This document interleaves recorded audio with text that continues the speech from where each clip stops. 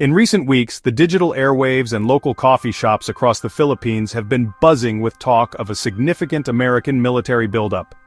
Reports and rumors have swirled, painting a picture of massive United States paratrooper deployments across the island of Luzon, suggesting a dramatic escalation of American presence in the region. These narratives, often amplified online, create a sense of impending conflict and large-scale troop movements. However, the situation on the ground, while strategically significant, is far more nuanced than these sensationalist accounts suggest. The reality is not one of a massive, permanent stationing of combat brigades, but a sophisticated and carefully calibrated series of joint military exercises.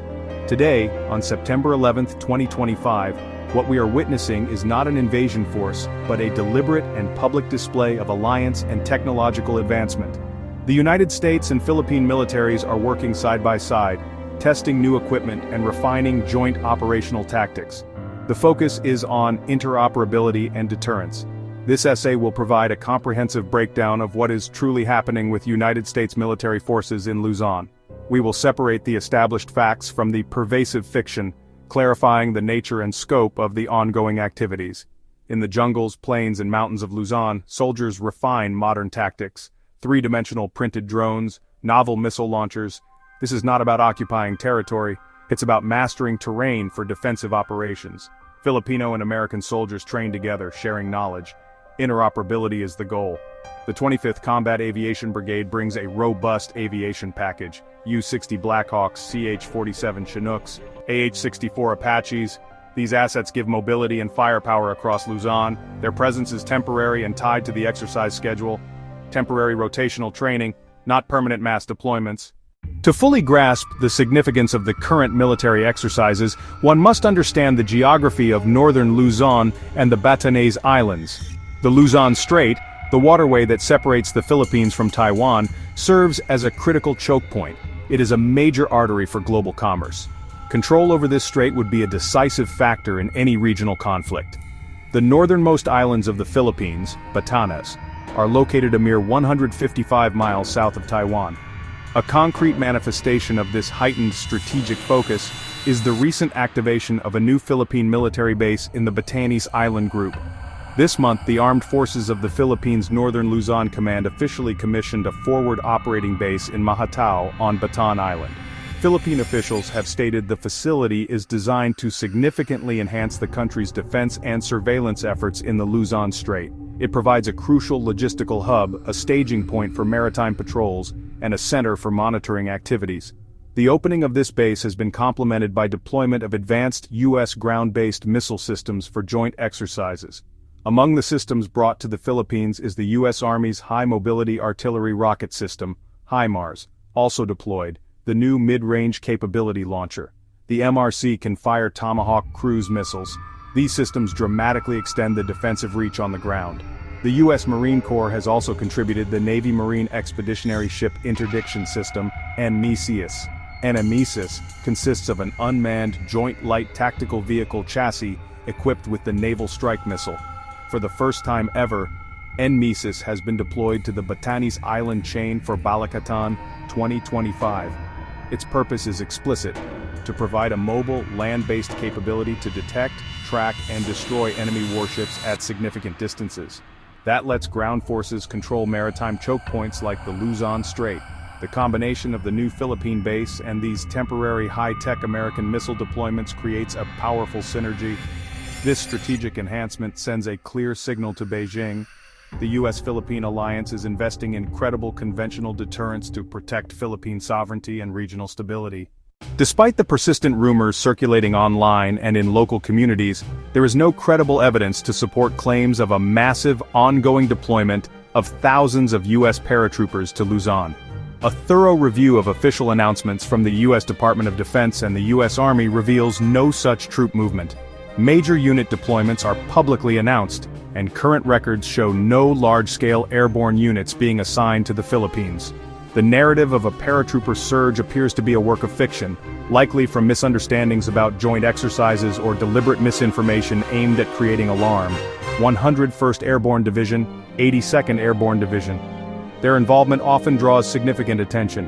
Official Army deployment announcements clarify actual destinations. For example, a recent announcement detailed deployment of the 101st Airborne Division's headquarters. Its destination was to support the Department of Defense's mission at the U.S. southern border, replacing the 10th Mountain Division headquarters. That mission has no connection to activities in the Philippines, adding another layer of context that directly contradicts the rumors of a paratrooper surge. Is the United States Army's recent major restructuring of its airborne forces. Far from expanding its airborne ranks for massive deployments, the Army is actually reducing the number of soldiers required to be on active jump status. Earlier this year, service officials announced a plan to recode nearly 20,000 paid parachutist positions across the force. This strategic shift is aimed at improving readiness and optimizing resources, ensuring only soldiers in roles that genuinely require airborne insertion capabilities stay on active jump status. The billets will remain designated as airborne, but the soldiers filling them will no longer be required to conduct regular parachute jumps or receive the associated hazardous duty incentive pay. This restructuring reflects a broader evolution in U.S. military thinking. While large-scale parachute assaults remain a capability the Army must possess, the likelihood of such an operation in a modern, contested environment against a near-peer adversary is low. Instead, the focus is shifting toward air assault via helicopters and the rapid deployment of long-range precision fires, like HIMARS and MRC systems currently being exercised in Luzon. Therefore, the notion of a massive paratrooper deployment to the Philippines runs counter to the Army's stated strategic direction. The rumor of a paratrooper surge is unsupported by deployment data and inconsistent with the Army's organizational transformation. The significant increase in the scale and complexity of United States-Philippine military exercises is not happening in a vacuum. It is a direct and calculated response to the escalating tensions in the Indo-Pacific, primarily driven by China's increasingly assertive actions in the South China Sea and its aggressive posture toward Taiwan. For the Philippines, this has manifested in repeated harassment of its fishermen and Coast Guard vessels within its own exclusive economic zone. Beijing's sweeping territorial claims, which ignore international law, pose a direct threat to Philippine sovereignty and economic security. From the American perspective, China's military modernization and expansion represent a challenge to the regional status quo and the principles of a free and open Indo-Pacific. The exercises in the Philippines are a core component of Washington's strategy of integrated deterrence, which involves using all instruments of national power, diplomatic, economic, military, in concert with allies to dissuade aggression. By visibly demonstrating the capability and resolve to defend its allies and secure vital sea lanes, the United States aims to make the cost of potential conflict unacceptably high for any would-be aggressor, particularly Beijing. The concern over a potential conflict in the Taiwan Strait is a particularly acute driver of these activities. As noted, northern Luzon's proximity to Taiwan makes it a critical strategic area.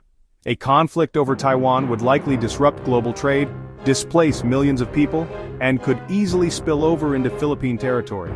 By conducting realistic training scenarios in this exact location, the United States and Philippine militaries are preparing for that worst-case contingency.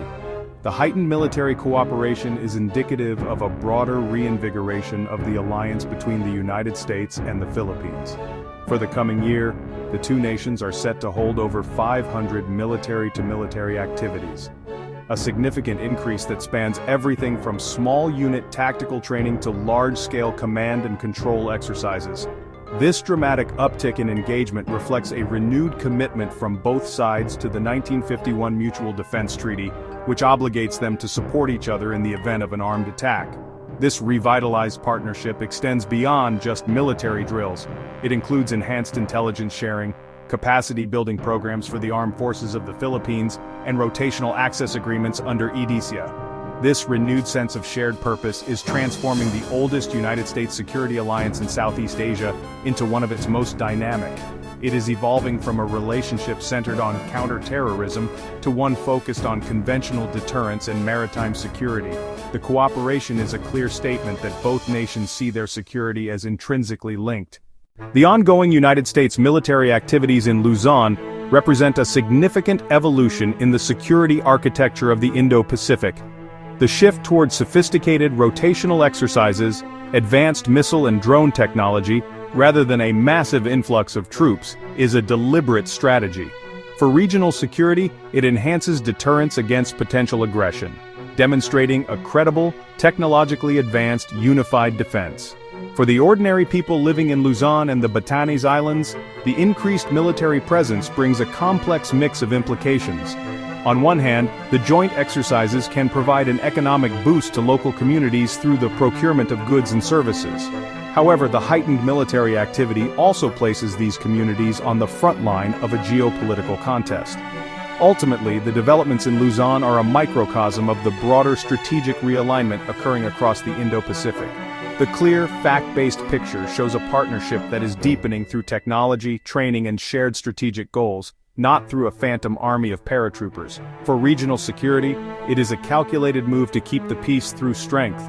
For the people of northern Luzon, it is the complex reality of living at the strategic crossroads of the 21st century, where global power dynamics are played out on their shores and in their skies.